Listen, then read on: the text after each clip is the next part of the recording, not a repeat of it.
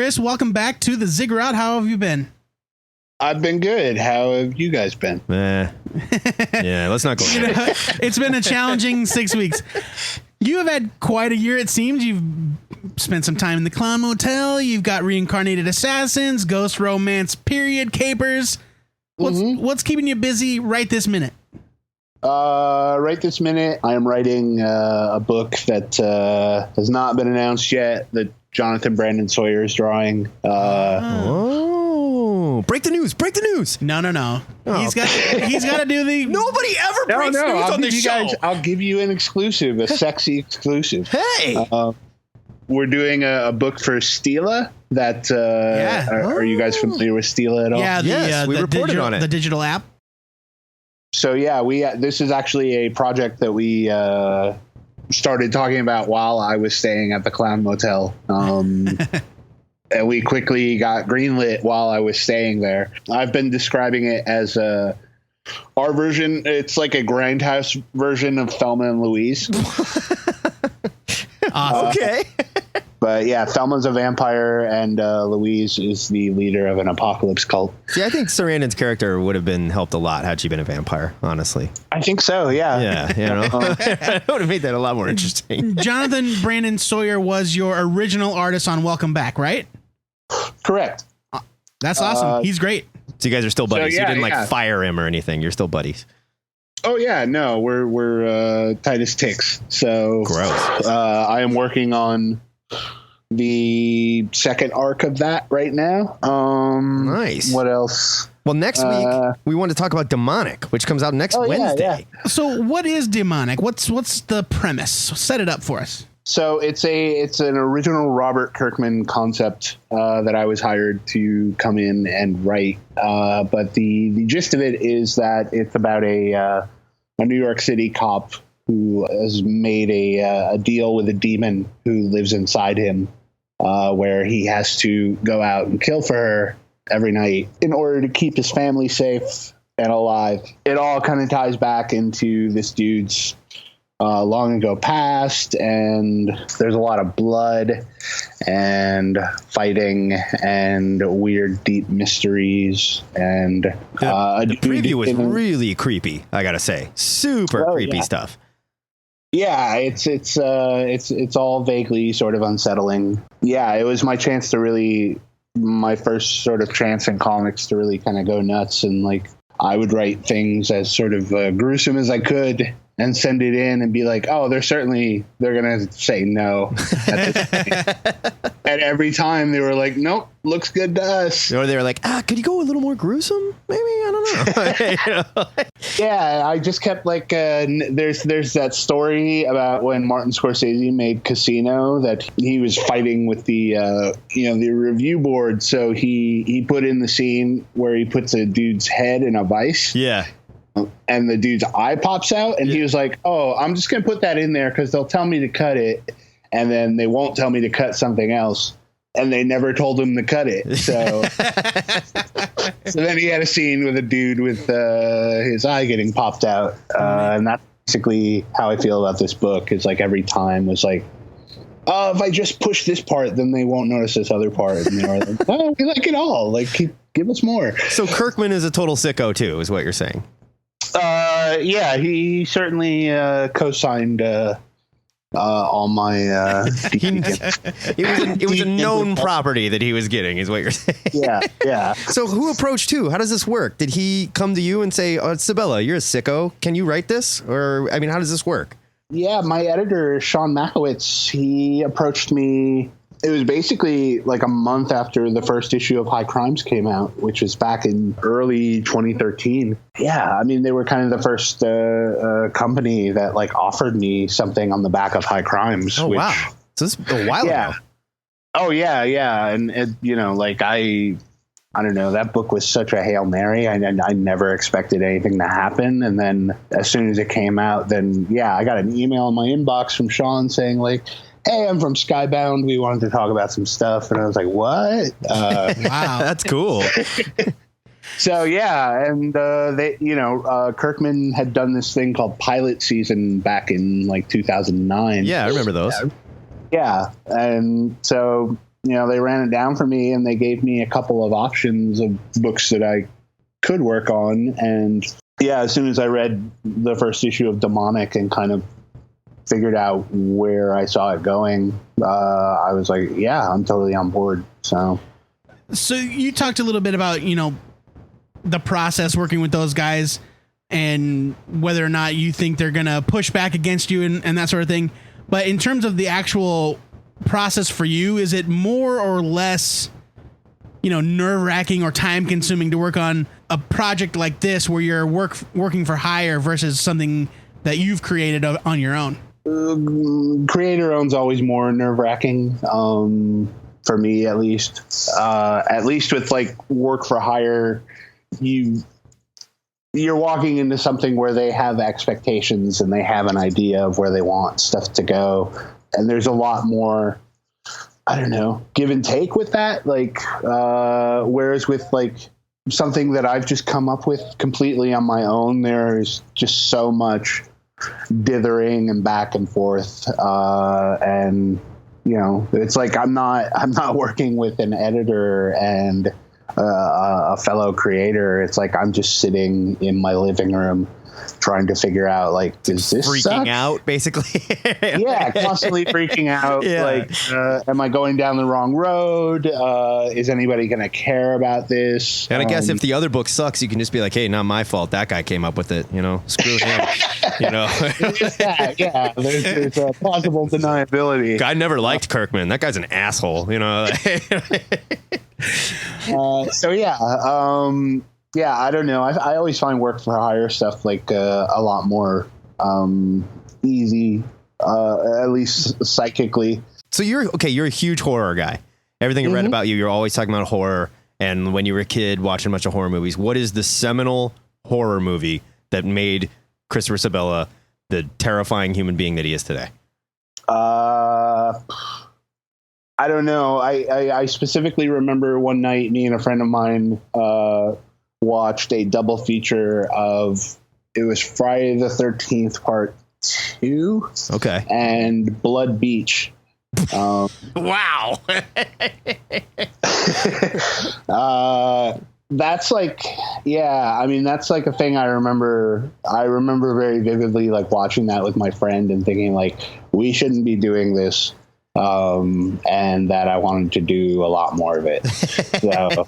Oh man. See, whenever I watched horror movies as a kid that I knew that I probably shouldn't be watching, I had the absolute opposite reaction. I was like, this is ruining me for life. I never want to see this again. Remember that Kentucky Fried Movie where they had like the fake horror movie and they're like, the whole billing was like, it'll you up for life. And then like the news reporter walks up to the guy in line and goes, sir, why do you want to see this movie? And the guy goes, I want to get up for life. Yeah, pretty much. It's basically what you're saying happened to you. I don't get it. Yeah, but like I don't know. Like I remember as a little kid, I remember my mom watching the original Halloween on TV. Oh yeah. And the theme music to Halloween, like I didn't know anything about Halloween. I just knew that bad things happened to people and involving knives. And just hearing the theme music for Halloween freaked me out so hard that like I would have to like bury my head under a pillow in another room. That's John Carpenter, man. He wrote scary music. Oh, the same thing happens to me when I hear "Nightmare on My Street" by DJ Jazzy Jeff and the Fresh Prince. That is a terrifying song. Absolutely. I think something about that, like.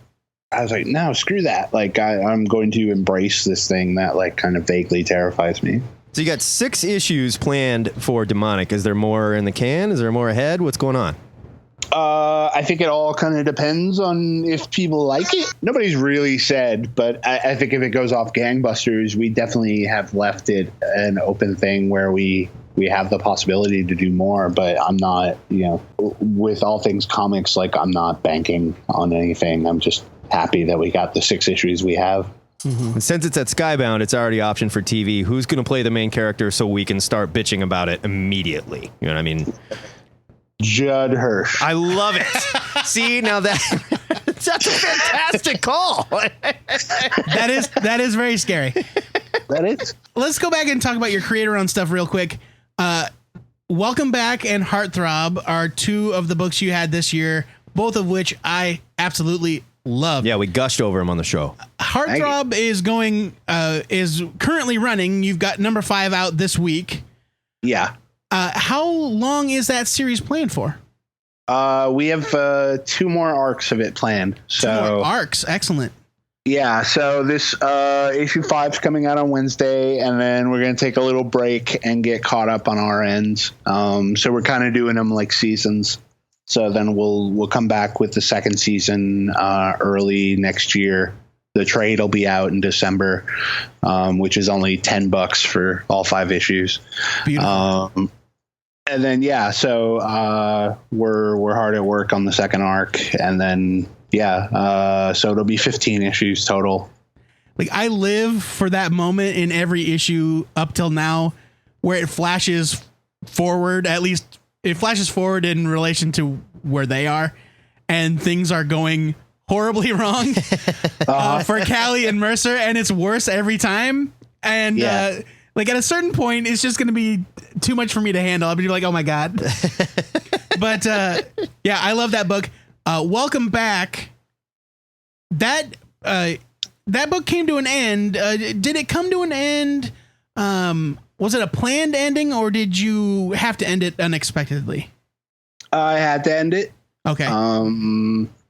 So I think in my head, I think at a minimum like 12 issues when I started on it, but then like, when I started working with Boom, they were like, well, we're going to do 4, and then if those go over okay, then we can do some more. So honestly, I thought, like, I didn't get word that we were getting extended for another arc until after I had written the last issue of the first arc. That's crazy. I just figured, like, you guys knew this stuff. I don't know. Yeah, no, it's a weird way to work. Well, I mean, I suppose it's like any business where the the quote unquote employees are always the last to know. Yeah, I guess. So. Yeah. So, but honestly, like, when I wrote that issue 4, I was like, well, that's it. I'm done. Like, I wish we could do more, but I'm glad we got to do this. And then this was also while I was at the Clown Motel. I got a call from my editor saying, like, hey, we're giving you another arc. So, which was great because, like, issue 6 of Welcome Back, I still think is like one of my favorite issues that I've ever written. So we got to go a lot deeper with that, and I mean, I wish we had more, but we got 8 issues, which is pretty good. Yeah, that's I go into every new book that I find that I really enjoy, just assuming that by the time I catch up to it, it's already over. Sure. And so I remember when Welcome Back was announced, and I fell behind, and I got all caught up at the very last minute, just in time for it to have ended abruptly. Not abruptly, but you know what I mean. Right. Sure. And then I saw a couple months ago, maybe, you posted something on your Twitter that was like a title page for a script or something like that. This is great.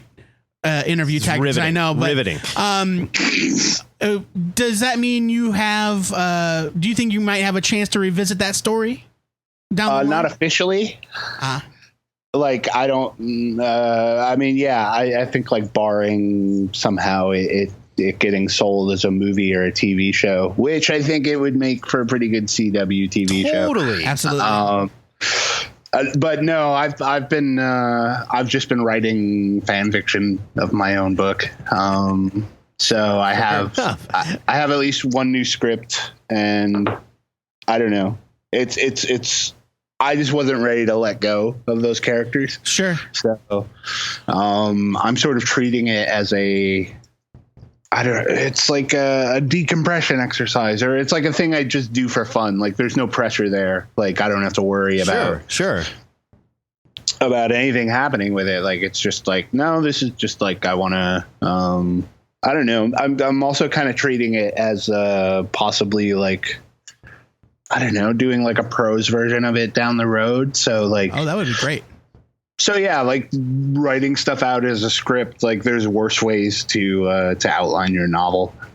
Sure.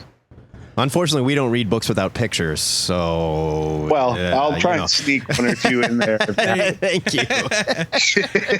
So we've got... this will be not on the record. Are you allowed to say the name of your Stila project? Yeah, sure. It's because it's a road movie and because there's a vampire in it, it's called Blood Drive. God, it's almost too easy. I love it. So you've got... How the hell did anyone miss that? You know, we've got Blood Drive coming from Stila. We've got Heartthrob currently published from Oni, and we've got Demonic coming this week from Image. You're a busy dude. Do you have anything else coming down the pipeline that you'd like to tease? Sure, I have 2 issues of a Killer Croc story that I'm doing. That's coming out from DC for their Suicide Squad Most Wanted book, which was I was lucky enough to get them to say yes to my buddy Brian Level drawing it, who, like, I've been wanting to work with that dude for a couple of years now. So it's been awesome. Like, I've just been writing this crazy Killer Croc script where he's fighting monsters on a beautiful island, and then Brian just draws the crap out of it. Do you know when that comes out? That starts. I think the first issue is out in October. All right. Fun. Yeah. And I'm talking with DC about possibly doing some other stuff. So, hey, you'll get that Power Girl series. I promise you. You'll get it. I just want Animal Man. That's all. Oh, I would love you to do Animal Man, dude. Oh my God. So yeah, that's I'm trying to think if there's anything else, I can immediately tease, and no. Oh, I'm going to be doing, so I've been doing these Clown Motel zines, which are basically, it's like a 30-page comic style format. And it's just all my tweets from the month I lived at the Clown Motel. Yeah, and it seems like it is sort of a slow descent into your madness as well. For sure. But it's inspired me to kind of do some small press stuff on my end. So I'm going to start kickstarting some comics later this year and probably all of next year. Cool. Keep us posted on that.